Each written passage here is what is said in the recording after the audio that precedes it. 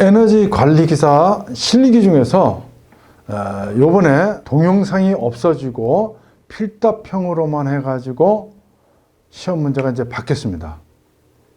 그래서 그거에 따른 특강용으로 해서 필답형 문제 200문제, 그 다음에 단답형 문제 300문제 해가지고 도합 500문제를 준비해서 여러분들과 함께 한번 공부하도록 그렇게 하겠습니다.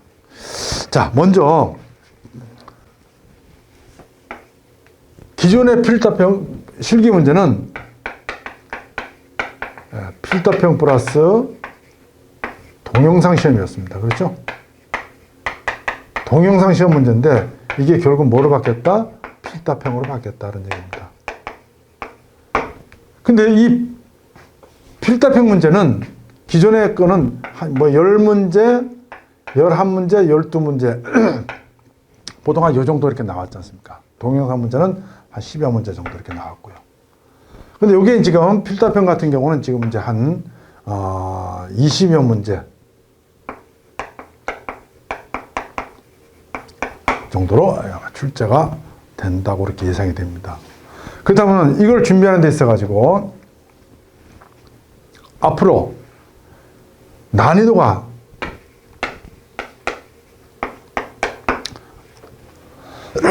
높은 게 있을 수가 있고 난이도가 낮은 문제도 나올 것이다.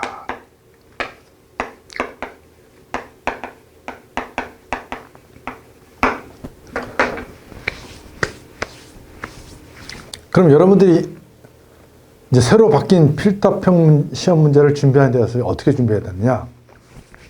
앞으로 이제 가장 중요한 것 자체는 계산 문제는 포기해가지고는 절대 합격할 수가 없는 겁니다. 그래서 이 정도 같으면 이제 보통 계산 문제가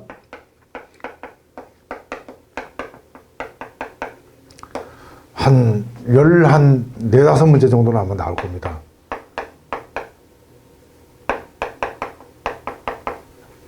물론 계산 문제가 이제 아주 간단한 계산 문제에서부터 해가지고 난이도가 있는 그런 계산 문제가 나오겠지만요. 그렇다면은 나머지 대여섯 문제는 이제 뭐에 단답형으로 나오는 것이다. 이 단답형이라는 것은 가장 기본적인 것들, 내용을 어떠한 내용을 알고 있느냐 없느냐 이런 것들을 물어보는 것들입니다. 그래서 이것도 역시 준비를 철저히 해야 되는 것이다. 이런 얘기입니다. 그래서 요 문제는 계산 문제에 관계되는 것들을 여러분들이 준비를 하셔야 되는 것이고요. 자, 요 문제는 심지어는 뭐 기능사의 가장 기본적인 문제라든지 이런 것들 단위에 관계되는 문제, 보일러 종류에 관계되는 문제, 열의 전달 방식에 관계되는 문제, 뭐 이런 것들 있지 않습니까? 보온제에 관계되는 문제, 이런 것들 자체를 총망라해 가지고 가장 기본적인 것까지 시험 문제가 출제가 될 수 있는 겁니다. 그래서 어느 하나를 포기해서는 안 되기 때문에 특히 이 단답형 문제는 다 맞추고 가야 된다는 얘기입니다. 그렇죠? 그래서 그렇게 염두에 두시고 이번에 준비한 필답형하고 단답형 문제, 그 다음에 기존에 있었던 동영상 문제는 그러면 안 해도 되냐? 절대 그렇지 않습니다. 여러분들 중에서 현업에서 이렇게 현장 경험이 있어가지고 보일러라든지 어떤 그런 공기 조화라든지 이런 냉난방 관계 업무에 익숙하신 이런 분들은 뭐 크게 문제가 안 되겠지만은 여기서 시험 보시는 대부분의 분들은 현장 경험이 없으신 분들이 많습니다. 그래서 그런 분들은 실제로 보일러, 심지어는 펌프가 어떻게 생겼는지, 라지에타가 어떻다든지, 뭐 이런 것들이 있지 않습니까? 공조기가 어떻다. 한 번도 구경 못 하신 분들 많습니다. 심지어 뭐 파형노통, 보일러의 파형노통 어떻고, 뭐 이런 것들, 내화벽들이 어떻고 이런 것들을 한 번도 보지 못한 분들 많습니다. 그래가지고 시험 보는 겁니다. 그런 분들이 많죠. 그러니까 그런 분들은 동영상의 문제 자체를 익히면은 굉장히 도움이 되는 겁니다. 그리고 다시 한번 2번, 3번 공부할 때 머릿속에 이렇게 들어와 가지고 정확하게 어떤 개념 자체를 정립할 수가 있는 겁니다. 간접 경험을 통해서. 근데 그거 안 하고 그냥 넘어가면은 실제로 그냥 파형노통의 특징이 뭐냐, 갤로웨이간의 특징이 뭐냐, 뭐 급수내간의 특징이 뭐냐 이런 거 할 때 그냥 무작위로 그냥 외워가지고 답을 써야 되는데 그렇게 하는 것보다는 좀 잠시 시간 내가지고 동영상 공부도 이렇게 한다든지 이렇게 해가지고 익혀주시는 게 굉장히 도움이 된다는 얘기입니다. 그리고 동영상 안에 시험 문제가 전부 동영상 문제냐? 아니란 얘기입니다. 그 동영상 안에 보면은 문제가 여러분들 보시면 아시겠지만은 전부 계산 문제도 있고 단답형 문제도 있고 굉장히 많습니다. 그러면 예를 들어서 동영상 문제 예를 들어서 하나를 비교해 보자면 뭐 맥도날이 하나 딱 나왔습니다. 맥도날이. 자, 그럼 맥도날 이거 뭐 하는 거냐? 어? 그 맥도날이 이게 뭐 하는 거예요? 저수위 막아가지고 보일러 사고를 예방해 주는 거 아닙니까? 그렇죠?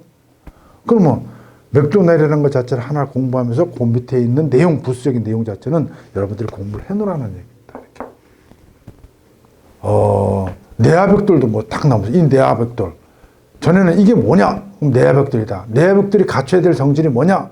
내화물이라는 것은 SK 몇 번부터 내화물에 들어가느냐? 이렇게 구분했을 때 그런 것들 자체를 SK 26번 이상이다. 이렇게 딱 띄어가지고 공부를 해놓아야 그 부분은 이 단답형에 나오는 문제라는 얘기입니다. 그래서 동영상에 있는 문제 하나도 허투루게 버릴 것이 아니고 동영상 시험 안 본다니까 동영상 파트를 제외하고 공부하시는 분들인데 절대 그렇게 하면 안 됩니다. 주는 이게 공부를 하더라도 동영상 쪽에 공부를 하게 되면 그 시너지 효과가 돼가지고 공부 준비를 하는 여러분들에게 큰 도움이 되는 거기 때문에 동영상 문제도 한 번씩 꼼꼼히 이렇게 확인해 보시고 넘어가 달라라는 부탁의 말씀을 드리도록 하겠습니다. 따라서 지금 기존에 있는 교재에다가 강의 내용에다가 특별히 이번에 500문제까지 준비해 가지고 여러분들이 철저하게 준비를 하신다면은 어떠한 문제가 출제가 된다고 하더라도 충분히 좋은 성적 낼 수 있을 거라 이렇게 확신합니다. 그래서 요번 특강 문제하고 같이 해서 철저하게 한번 공부를 준비해 주시고 좋은 결과 있으시길 바라겠습니다. 이번 시간에는 에너지 관리 기사 단답형 예상 문제를 한번 풀어보도록 하겠습니다.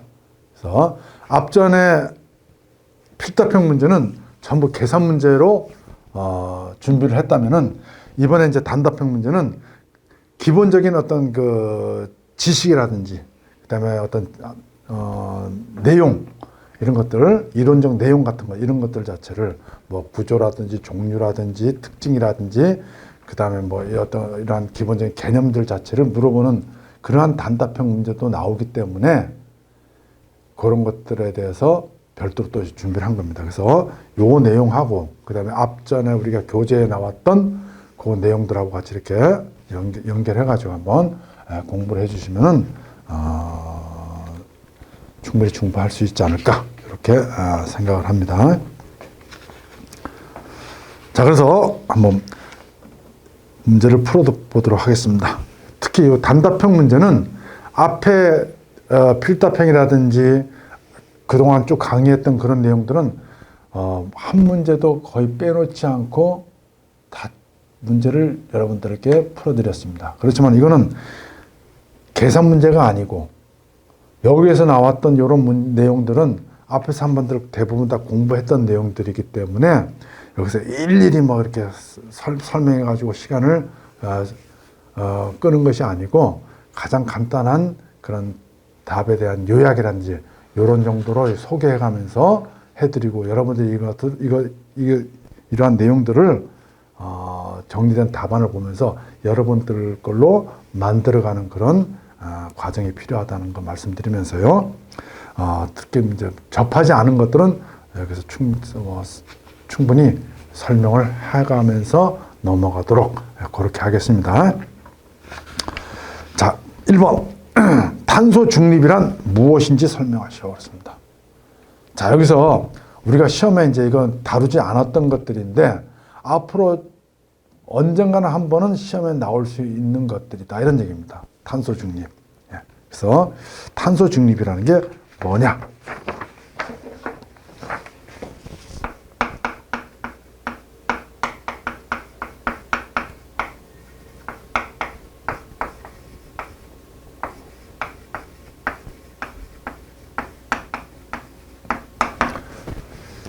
자, 탄소 중립이라고 하는 것 자체는 결국 탄소 제로라는 얘기하고 마찬가지입니다.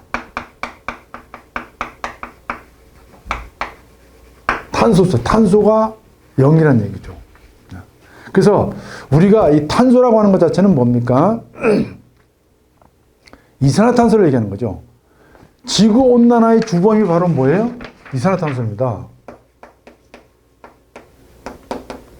네, 지구온난화의 주범이 바로 이산화탄소잖아요. 그죠? 그게 탄산가스를 얘기하는 거죠. 그래서 이러한 것들 자체를 막 배출시켜 줌으로써 오존층이 파괴가 되면서, 그죠?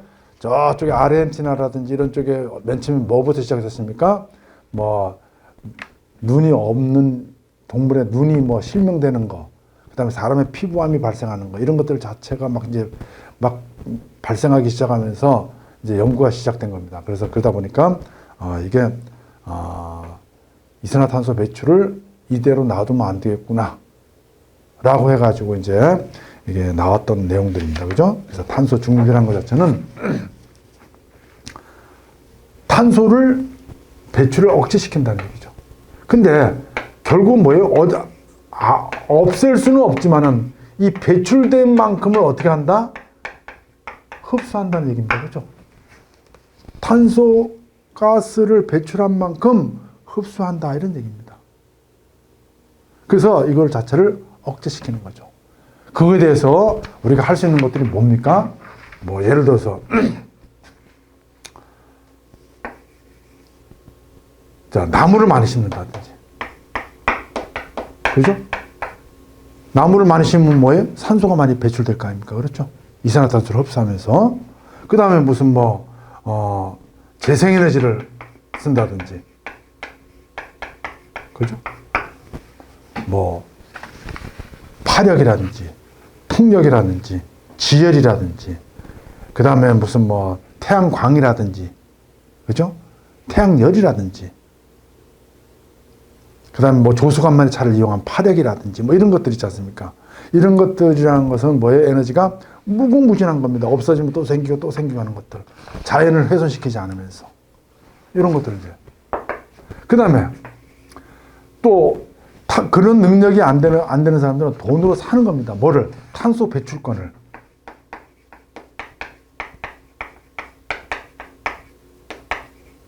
배출권을 사가지고, 그래서 돈으로 보상하는 어떤 이런 것들. 이런 것들이 이제 하나의 대책이 될 수 있는 겁니다. 그죠? 자, 그래서 탄소 중립이라고 하는 것은 무엇인지 설명하시오. 그러면 이러한 내용들을 가지고 염두에 두시면서 한번 보도록 하겠습니다. 답. 지구온난화를 막기 위한 대책안으로 이산화탄소를 배출한 만큼 이산화탄소를 흡수하는 대책을 세워서 이산화탄소의 실질 배출량을 제로로 만드는 것이다. 그래서 제로로 만드는 거. 그러니까 배출하고 흡수를 통해서 탄소 배출을 제로한다. 탄소 제로로 만드는 것이다. 이게 답이죠. 이 내용만 들어가서 정리할 수 있도록 하시면 되겠습니다. 대책은 뭐냐? 그럼 대책은 이런 것들이 있는 겁니다. 그죠? 뒤에 가면 또 하나 탄소 중립에 대한 대책이 나올 겁니다. 2번, 진공보일러의 특징을 두 개 쓰시오. 진공보일러라는 것은 뭐예요? 로 안에 뭐예요? 마이너스 압력입니다. 마이너스 압력이라고 하는 것은 뭐예요? 폭발이 일어날 수가 없죠. 부식이 일어나지 않습니다. 그래서 진공보일러의 특징은 두 개. 폭발의 위험성이 없다. 산화 및 부식이 적다. 내구성 및 안정성이 높다. 그렇죠? 꼭 정리해서 외워두시기 바랍니다. 3번, 그린 뉴딜에 대해서 설명하시오. 그렇습니다. 그린 뉴딜.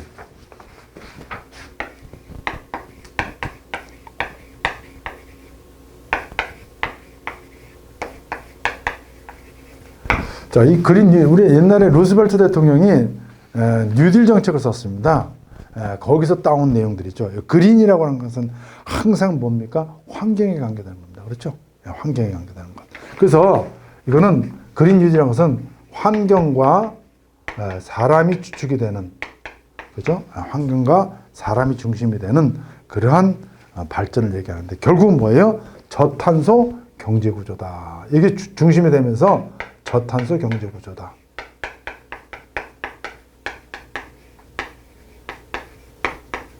그래서 우리가 항상 추구하는 목적 자체가 저탄소 경제 구조로의 전환이다 하는 건 법규에도 나와 있습니다. 그렇죠? 그래서 저탄소 경제 구조다. 한번 읽어보겠습니다. 환경과 사람이 중심이 되는 지속 가능한 발전을 의미하며